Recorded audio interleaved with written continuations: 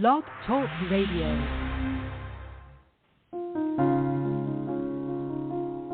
Readers Entertainment Radio presents Booklights with your host, author Lisa Kessler. Booklights, where we're shining a light on good books. Hello, everyone.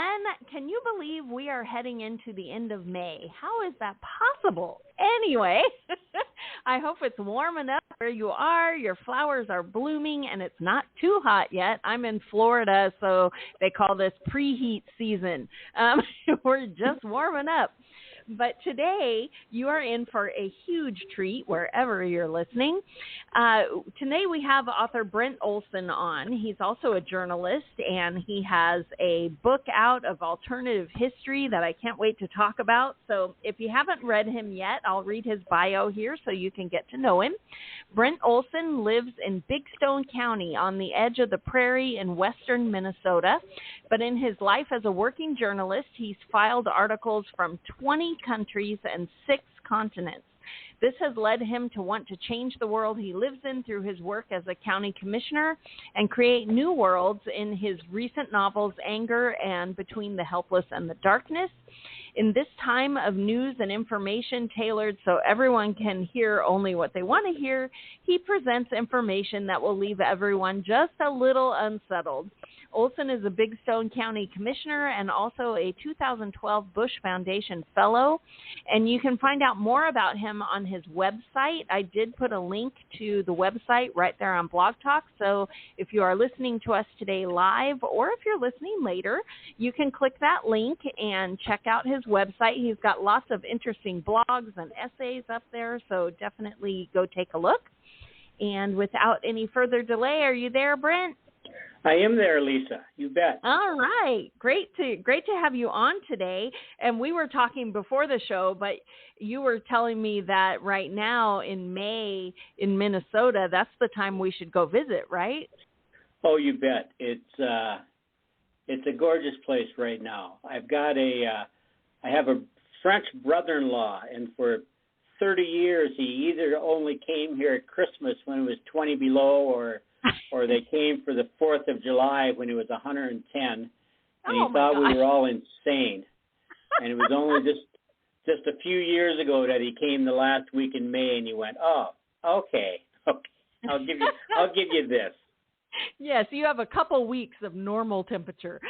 Yep. Well, I was looking at your book, Between the Helpless and the Darkness, and this one is an alternate history, but it involves Vikings. And so I wondered if you might tell us kind of what inspired this book. This is the oddest book I've ever written. The final chapter just came into my head almost in its entirety.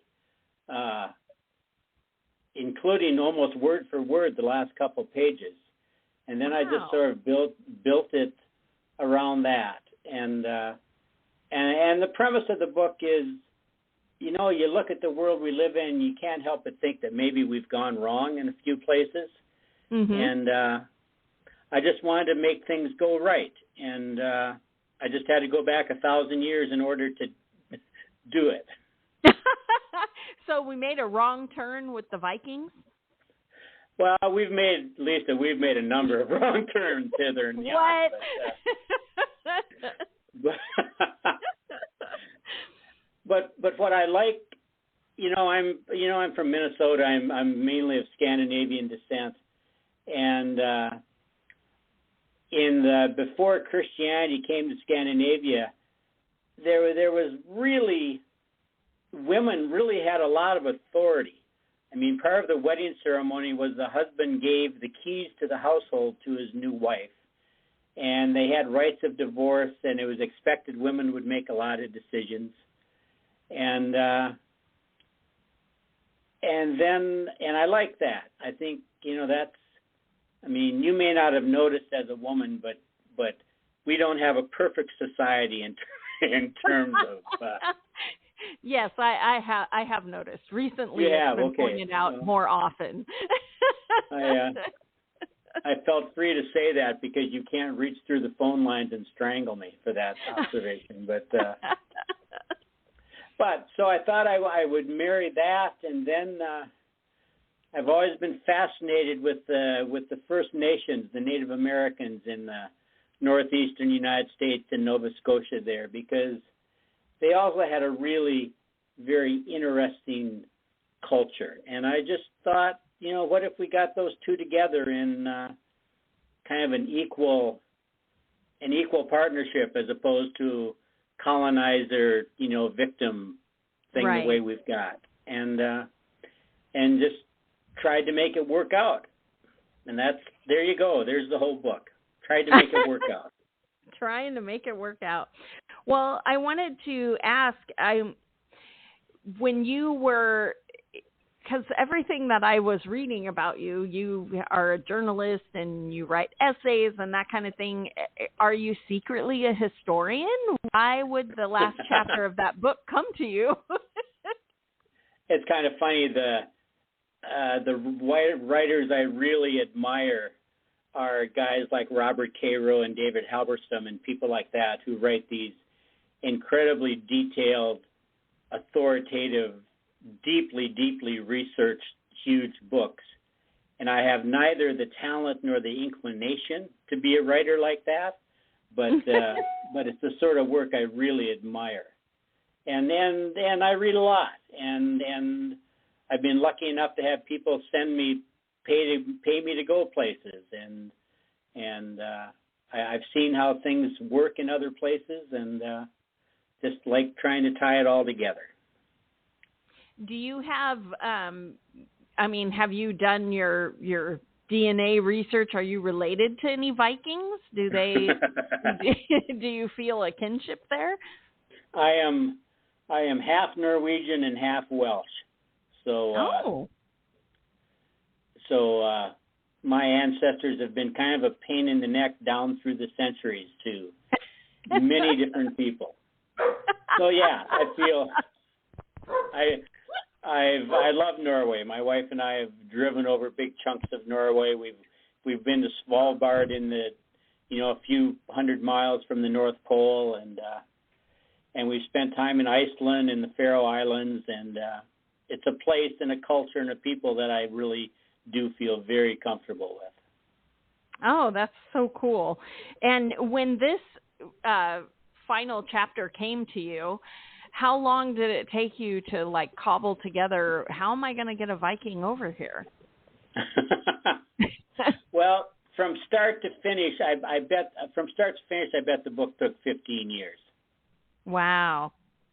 Because I had a lot of other stuff I was doing in the meantime, but right. I would peck away at it, and every now and then I'd have an aha moment and go back to work on it, and then sometimes I'd get distracted by needing to earn a living or put kids through college, and but rude.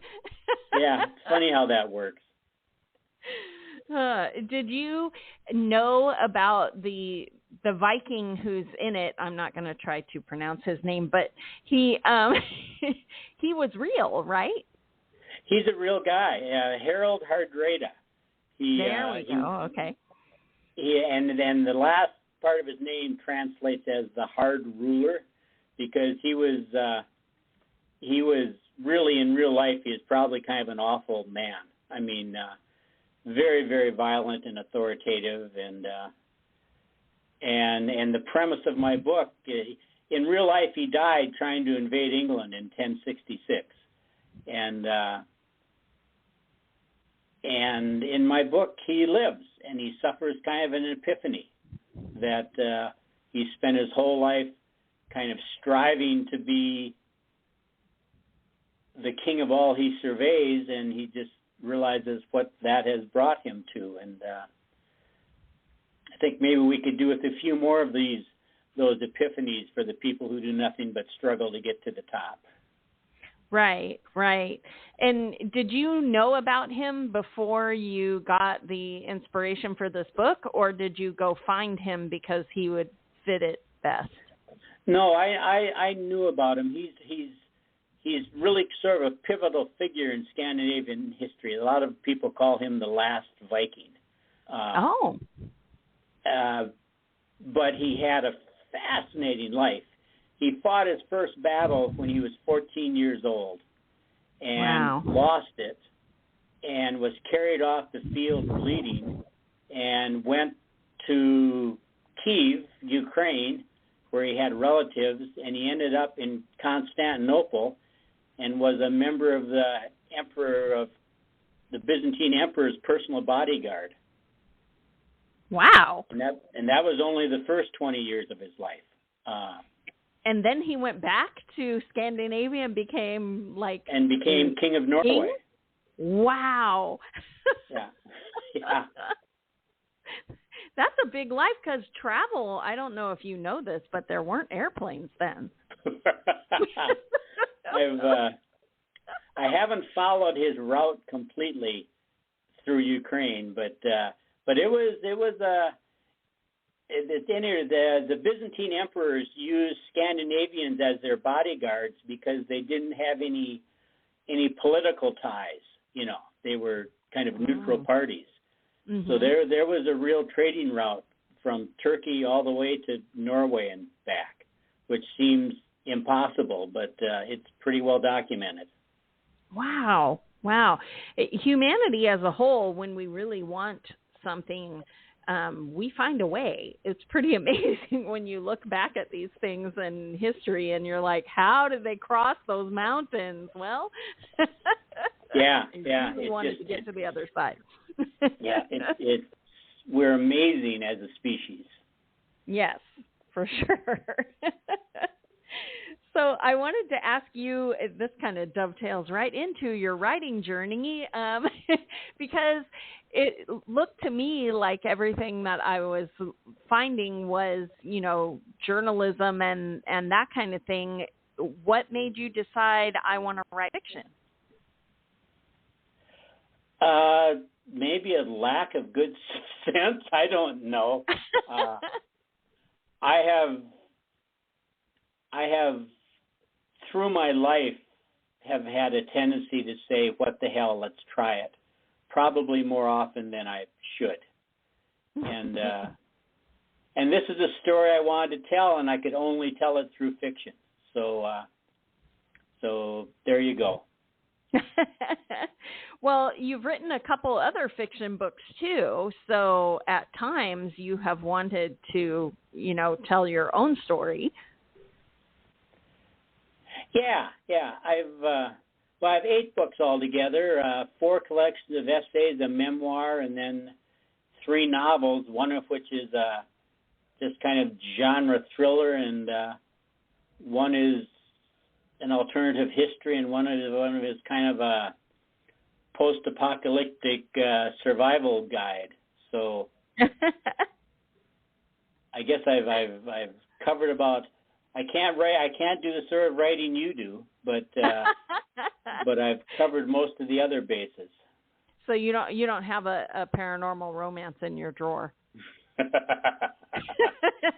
No werewolves in Minnesota? What? Lisa, I am a Scandinavian farmer from western Minnesota. The chances of me writing a romance are really fairly slim. Are there any other genres that you're dying to tap into? A little sci-fi or high fantasy? Well, I love science fiction. That was always, when I was a kid, I started with Robert Heinlein and Isaac Asimov, and then as I became an adult, I shifted to Lois McMaster Buchholz and some of those people. So really, I love reading science fiction. I don't think I have a particular talent for writing it. Right. Yeah. It's always difficult for me. It's amazing how they figure a good sci-fi writer can figure out, well, this technology could possibly lead to this one. And I'm just like, wow, Yeah. I'm obviously not that futuristic of a thinker, but it's amazing to me what, sci-fi authors come up with. I was lucky enough to meet Ray Bradbury a couple times before he died, and he was always amazing to me because he would talk about that, it's sci-fi and fantasy writers who change the world because people dream up what could happen, and then science goes, and figures out a way.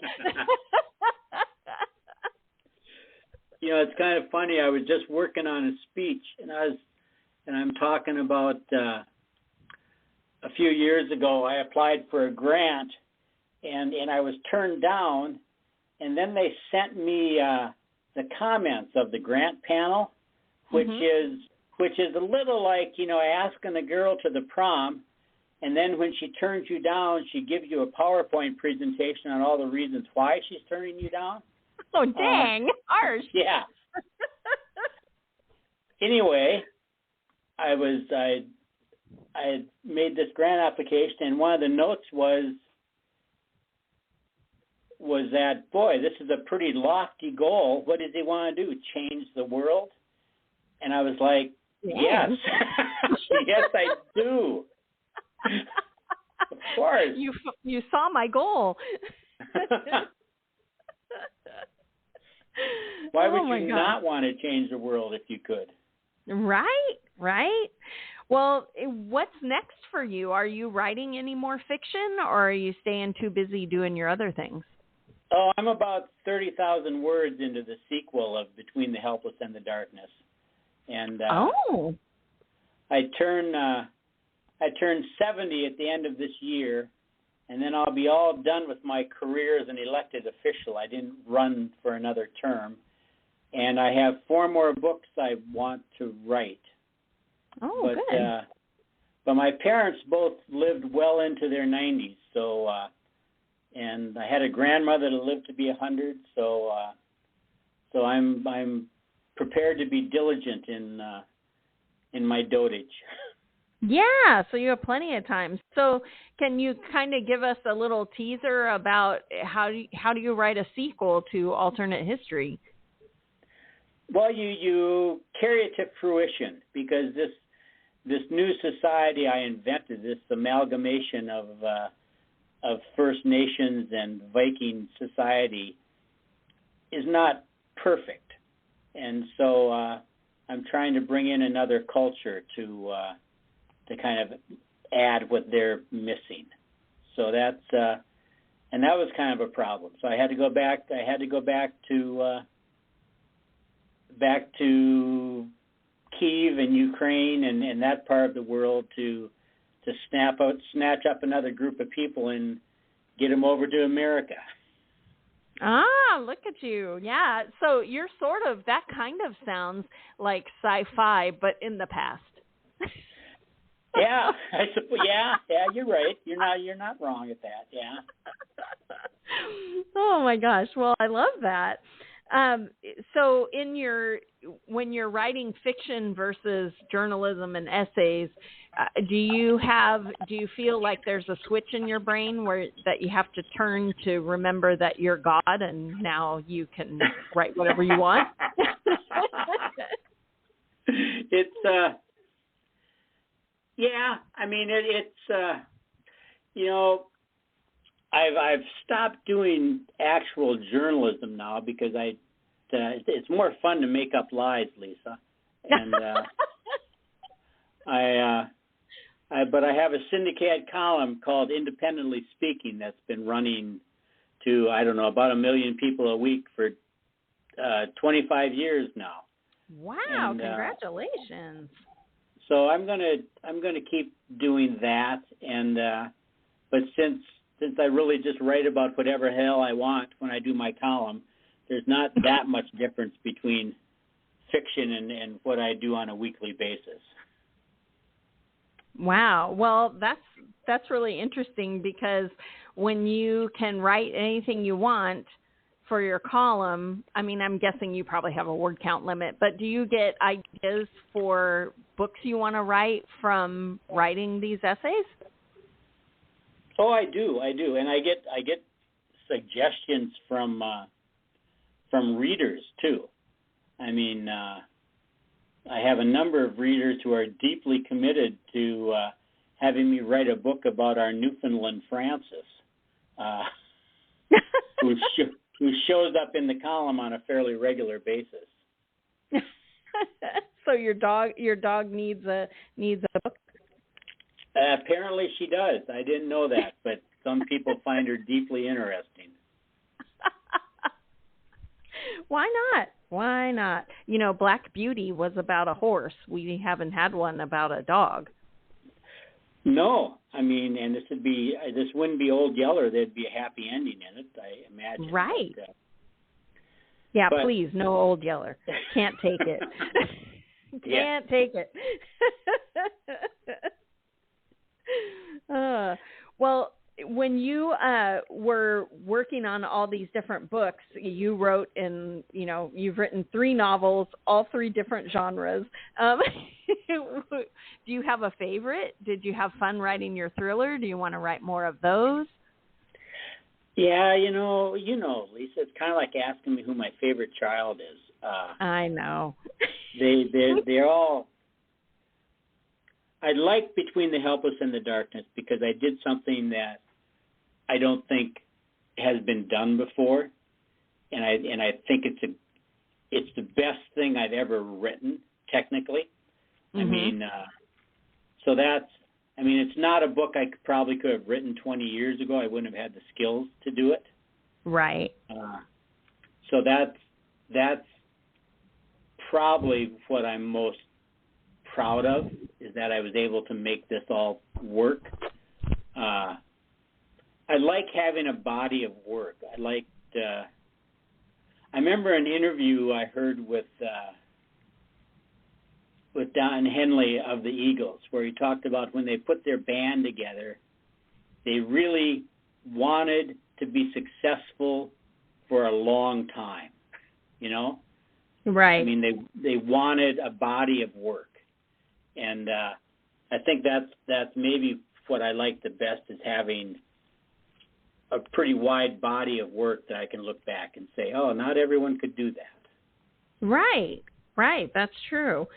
And when you talk about like this big body of work, you have not only, like journalism articles, but essays are like a window into your life. And for me, I have this internal editor whenever I'm writing when I'm not writing a fictional world, that's going, well, that's boring. Well, who cares?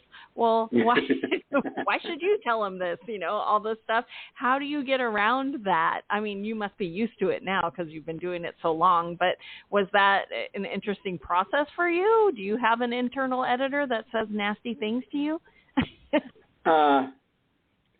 Well, I have a wife who says, I don't think everyone needs to know this. Well, that's probably good to have a little. She's your filter. She is my filter, absolutely. She's the one that keeps me out of lawsuits and lets us still be invited out to dinner and things like that. So, well, and yeah, I remember in the interview, in the intro to one of my books, I can't remember which one, I talked about struggling with the idea of, who do I think I am? I mean, right. To think that I can put things down on paper and they will be of enough value that someone will give money to look at them. Mm-hmm. There's a certain amount of hubris involved in doing that, but you can't really be a writer unless you have that, unless you think what you're saying is of value. So it's just something, and of course you always have to retain the ability to go, no, that's dumb. I shouldn't have written that. Yes, sometimes the internal editor is correct. Yeah, absolutely. Yeah, there is definitely, the more you write, the better you get at being able to determine if your internal editor is correct, that this sucks and I need to rewrite this whole thing. It's when I I used to go into schools a lot, before COVID. Like if I was going to a town to give a speech, I would offer to go into the school for free. Oh, that's cool. Well, it would take away the guilt.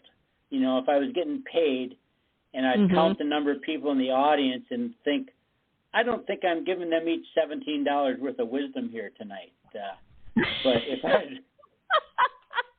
But you could go to the school for free and all that guilt's gone. Yeah, exactly. I love it. But I'd say the thing about being a writer is a writer has to write, and then you have to let someone else read what you've written, and then you have to listen to their critique of what you've written, and then the hardest part is you have to decide if they're right or not. Right.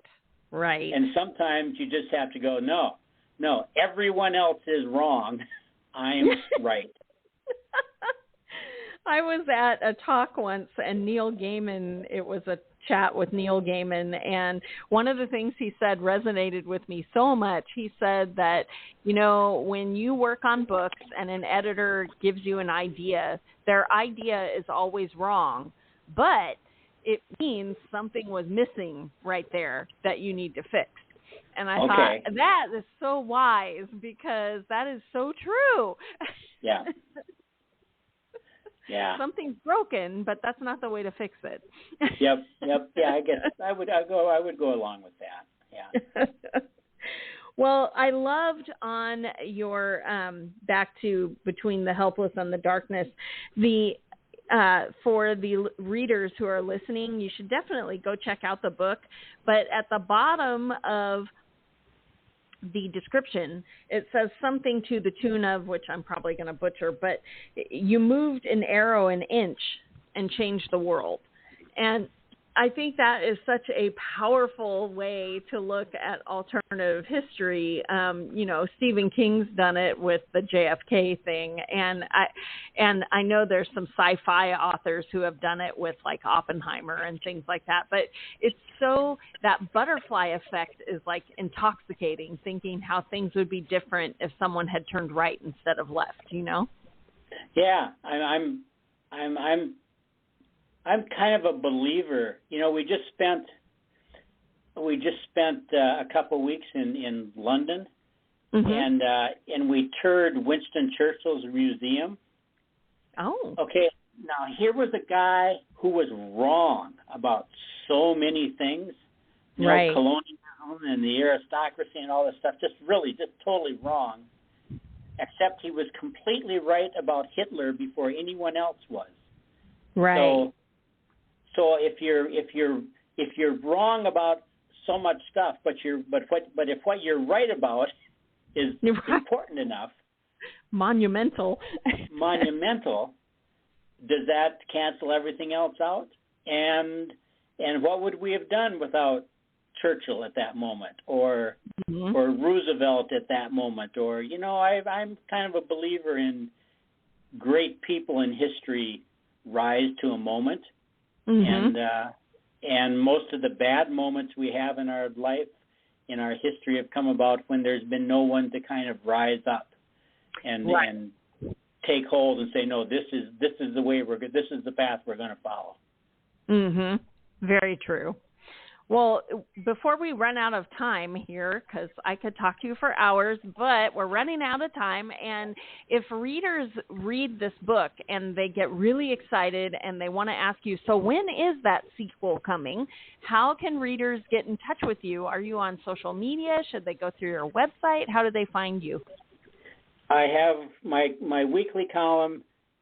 What I do is there's people who pay me for my column, but I hang on to the copyright.